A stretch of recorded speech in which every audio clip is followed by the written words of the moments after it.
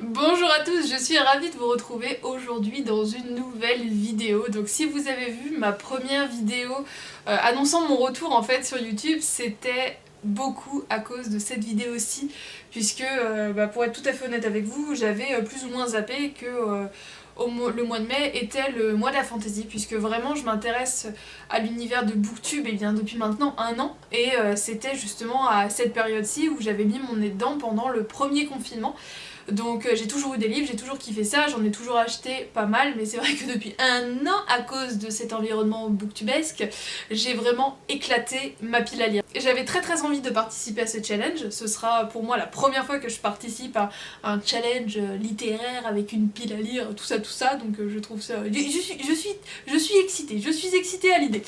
Mais en fait, je me voyais pas revenir et vous dire hey, salut les gars, alors aujourd'hui on va parler bouquin. Quoi? On s'est pas parlé depuis le mois de novembre? Je comprends pas, il est où le problème? C'est pour ça que je vous ai fait une petite vidéo vous expliquant un peu voilà, mes petits aléas sans trop rentrer dans les détails, et je vous ai fait en même temps mes petits favoris du moment. Bouffe, chaussures et make-up. Donc je vous mettrai le lien de la vidéo en barre d'infos si vous avez envie d'avoir un peu plus d'infos sur mon retour. Alors oui, je tourne les deux vidéos le soir, le même soir, mais je n'aurai pas le temps de le faire plus tard, et c'est-à-dire que ça a commencé depuis... Ce challenge a commencé depuis le 1er mai, donc je suis déjà en retard. Bon, en fait j'avais commencé avant, mais je vous expliquais, je triche, mais c'est pour la bonne cause. Donc, ce challenge du mois de mai de la fantasy, au pire je vais déborder sur le mois de juin et je vous ferai un retour de lecture, etc. un peu plus tard. Et puis Stéphanie de la chaîne Piketty Booking, pas Booking, Booking, propose en fait depuis maintenant 4 ans, il me semble, ce challenge du mois de la fantasy, où le principe est qu'elle annonce un thème et que dans ce thème, on doit réussir à faire rentrer un livre de notre pile à lire. Avant de vous tourner ça, j'avais eu l'idée de vous faire un book haul, c'est-à-dire qu'autour de mon fauteuil où je filme, j'ai fait des tas de livres. Et je n'ai jamais tourné ce book haul. Donc là, clairement ce soir, j'avais pas la foi, mais j'avais très envie de me lancer, enfin vous dire que je me lançais dans ce challenge. Donc c'est pour ça que je tourne la vidéo avec des livres que vous reverrez certainement ultérieurement dans une pile à lire, dans un book haul pardon, mais voilà, j'avais envie de lancer le truc, donc on lance le truc et puis on y va, parce que sinon la vidéo va durer 10 ans. Donc toutes les informations sur le challenge sont disponibles sur la chaîne de Stéphanie, je vous mettrai quand même le lien de la vidéo où elle en parle en barre d'infos si vous voulez aller le voir. Et là du coup, eh bien j'ai le menu, et en fait en préparant ma pile à lire, j'ai dû mettre 2 jours à la préparer, en me disant oh allez on y va, on y va pas, on y va, on y va pas. Donc eh bien je les ai tous sur les genoux. Mais l'ordinateur est loin et je n'ai pas mes lunettes et ça devient compliqué à lire quand même. Parce qu'il est tard. C'est pas parce que je vieillis et que ma vue baisse, non, c'est parce qu'il est tard. Je ne vieillis pas. Je mûris. C'est pas pareil. Du coup, le menu de cette année. Bien au chaud dans notre monde, nous avons appris. Donc un livre parlant d'apprentissage, d'école ou de formation. Et lui, clairement, alors je sais que Stéphanie justement l'a détesté, mais quand j'ai su qu'il sortait, j'ai sauté dessus parce que je voulais vraiment le lire. Il est encore sous plastique. Et je me suis dit bah c'est parfait, je vais le mettre dans cette catégorie là, comme ça me donnera entre guillemets l'excuse. C'est Assoiffé de Tracy Wolff. Donc ce petit livre-ci, aux éditions PKJ, donc je le laisse pour le moment sous blister puisque je sais pas exactement quand je vais le commencer. Et pourquoi je le fais rentrer dans cette catégorie-ci? Mon monde a basculé le jour où j'ai atterri au lycée. Bam, on ne va pas plus loin, c'est bon pour moi. Il y a une école, clairement c'est une sorte un peu d'histoire en mode Twilight, mais en fait j'ai vu et lu tellement d'avis hyper positifs et autant d'hyper négatifs que j'ai vraiment envie de me faire mon avis. Clairement une nana qui arrive dans un lycée où il y a plein de créatures surnaturelles, forcément elle va tomber amoureuse certainement du plus mauvais qui veut la bouffer au premier regard. Ça me donnait très envie, j'avais très envie de lire, et en voyant les mauvais avis, je me suis un peu renseignée et j'ai l'impression qu'avant d'avoir écrit celui-ci, l'autrice a surtout écrit des histoires un peu à l'eau de rose, etc. Donc c'est peut-être pour ça qu'il y a peut-être un effet un peu cucul à praline machin, j'ai eu l'impression qu'il y avait beaucoup ce retour dans les avis que j'ai vus. Bref, j'ai très envie de le lire. Deuxième thème, nous vécu de longues aventures, donc une saga. Alors clairement des sagas, j'ai que ça. Mais là je me suis dit que depuis le temps qu'il était dans ma pile à lire, surtout que j'ai le numéro 2, puisque moi quand je vois un truc qui me plaît, je vais au bout. C'est-à-dire que j'achète presque tous les tomes, et après je me dis je vais peut-être commencer à lire le numéro 1. Ce serait une bonne idée, non? On va y aller. Et là du coup, bon ça va, c'est une duologie, c'est de l'autrice Lily Davigny aux éditions Inceptio, La dernière sorcière aux yeux d'or. Donc le tome 1 qui est absolument magnifique. Et celle en plus il a l'air d'être tout mignon, tout petit, tout rapide à lire. En fait j'ai commencé à m'intéresser aux éditions Inceptio à cause des vidéos de vibrations littéraires, Manon si je ne m'abuse de son prénom. Et elle en parle tellement souvent que forcément j'ai craqué et j'en ai plusieurs de cette... maintenant j'ai fait plusieurs commandes et voilà, ça attendait donc on débute une saga. Nous avons rencontré des gens exceptionnels, magie, sorcellerie, et là je me suis dit que autant aller à contre-courant, et j'ai donc choisi l'Anti-magicien en format poche, donc de Sébastien de Castel aux éditions Paul Fiction. Jean-Jacques Paul. Paul Fiction. Et clairement pourquoi l'anti-magicien, Kellen est l'héritier d'une des grandes familles qui se disputent le trône de la cité, il prépare son premier duel pour devenir mage, mais ses pouvoirs ont disparu. Il doit ruser quitte à risquer l'exil, voire pire. Ses seuls soutiens, deux acolytes explosifs, Furia la vagabonde imprévisible et Rakis, un chacureuil féroce et acerbe. Action, complot, magie, on l'a, et humour dévastateur, une grande fresque de fantaisie. C'était parfait, je n'en demandais pas plus, surtout que là en fait il y a le numéro 2 qui vient de sortir en format pareil Minus Rikiki. Du coup j'ai très envie de me dépêcher à lire celui-ci pour savoir si ça me plaît. Pour une fois que j'ai été raisonnable et que je n'ai acheté que le numéro 1, c'est peut-être parce que les autres n'étaient pas sortis en poche, ça va de soi, mais quand même. Nous avons découvert que nous avons un destin élu quête. Et là, bam, qu'est-ce qu'on fait? Et on va aller chez Grisha. Alors oui, j'ai 10 ans de retard, laissez-moi tranquille. Je n'ai pas non plus je n'ai pas non plus lu Six of Crows. Je sais que plein de monde en parle. J'ai l'impression que Six of Crows est sorti avant, mais qu'au final c'est mieux de lire Grisha et après de lire la suite. De toute façon, Six of Crows, je ne les ai pas puisque j'avais passé commande en janvier à la Fnac. J'avais reçu un colis sur 2 parce que ma commande, il y avait des choses qui n'étaient pas dispo, etc. etc. C'est arrivé pour être retiré à la Fnac le dernier samedi de janvier et à ce moment-là je prenais le train, je repartais chez mes parents, du coup j'avais pas pu y aller et les centres commerciaux sont fermés depuis le dimanche suivant. Donc mon colis attend à la Fnac, très sagement. Ça par exemple ça fera partie du book haul que je vous présenterai, mais en plus j'ai des colis à les récupérer la semaine prochaine, donc je pense que j'incorporerai tout. Ce sera concrètement les achats de ce début d'année. Donc là en fait pour le moment, dans le colis que j'ai récupéré, j'ai Grisha 1 et 2, mais dans le colis qui me manque, il y a du coup le tome 3 et Six of Crows 1 et 2. Voilà, comme ça vous savez tout. Donc c'est de l'auteur Leigh Bardugo. Dans un royaume envahi par les ténèbres, elle est la lumière que chacun attend. Ça sent l'élu ça, non? Donc je me suis dit, tome 1, ombre, guerre, chaos. L'avenir de tous repose sur les épaules d'une orpheline qui ignore tout de son pouvoir, l'invocatrice de lumière. Je me suis dit, ouais, ça sent l'élu. Hein. Du coup, je sais que c'est sorti sur Netflix, je sais que j'aurais envie de voir sur Netflix, mais là j'ai vraiment envie de lire avant de voir, donc je l'ai mis dans la pile à lire. Deuxième catégorie, nous traversons la forêt et commençons le périple. Donc là on va parler voyage. Et je me suis dit, un voyage, autant aller sur Mars. Je n'ai jamais lu la saga de Phobos. Je sais que maintenant ils sortent en poche, mais là c'était en fait mes achats Vinted. Vinted, je ne sais encore pas. Là en lisant j'ai un doute. Donc le numéro 1, Il est trop tard pour regretter de Victor Dixon aux éditions Collection R. D'ailleurs, je ne vous ai pas dit, mais du coup, Grisha, c'est aux éditions Le Livre de Poche. Je sais qu'il y a plusieurs éditions, mais moi, du coup, j'ai le petit comme ça. Hop là, parenthèse fermée. Et du coup, je me suis dit, pour en avoir entendu parler plein de fois en vidéo, dans des vidéos, etc., je sais qu'il y a un voyage. Donc, on va aller là-dedans. J'ai le 1 et le 2. Le 3 doit arriver très prochainement. Je l'ai commandé sur Gilbert Joseph d'Ocase. Et pour le moment, je recherche le 4. Et je recherche aussi Origine. Mais j'aimerais bien les acheter d'occasion en bon état. Là, franchement, c'est de l'occasion. Il est parfait. Donc, on est parti, on va partir en voyage sur Mars. Il me semble, si j'ai bien écouté les avis lecture, c'était sur Mars. À la rencontre des autres, donc Petit Peuple, etc. etc. J'ai des reliques dans ma pile à lire, je le sais.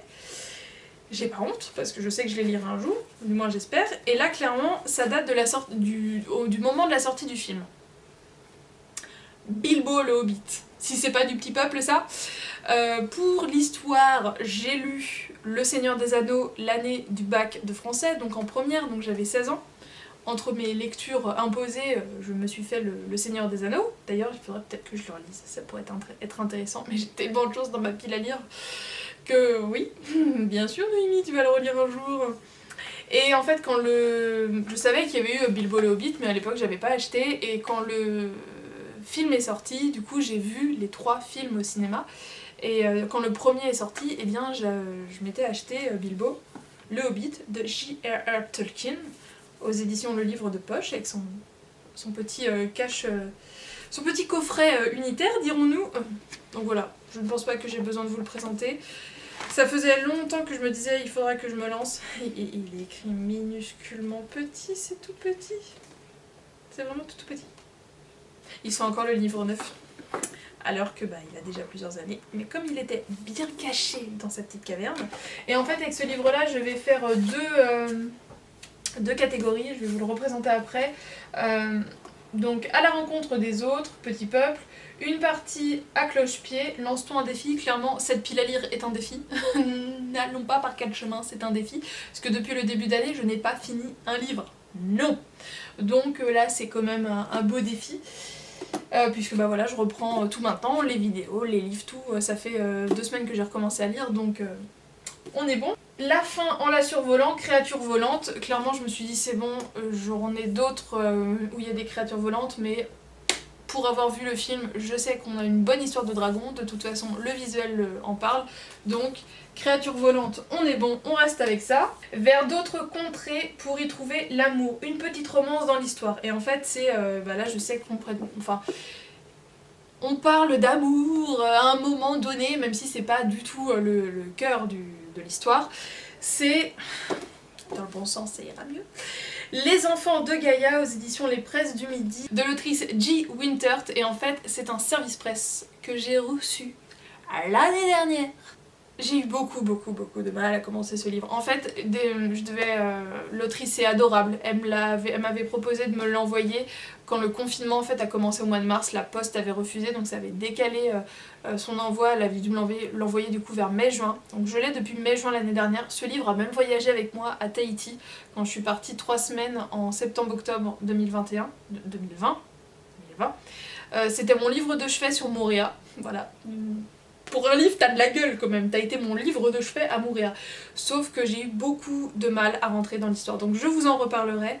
Mais là, très clairement, ça y est, on a démarré, on est bon. En plus, j'ai ma petite carte pour Noémie, bonne lecture. Hop.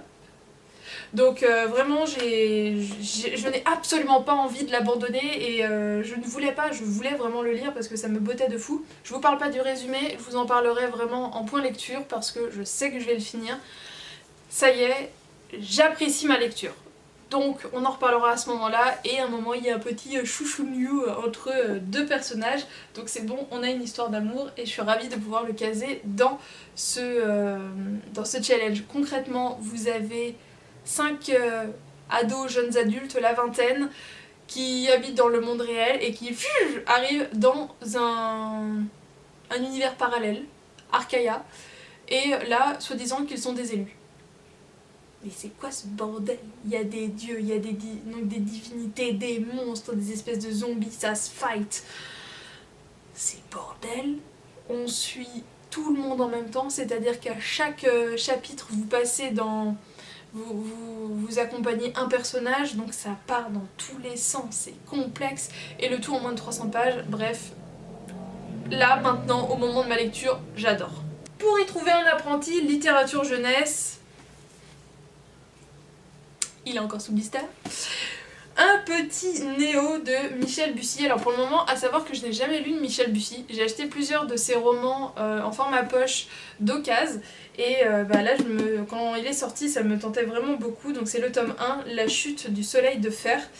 Et clairement, au niveau de la 4e, on nous dit... Donc la première grande saga jeunesse de Michel Bussy, bam, on est dans le monde de la jeunesse, c'est perfect.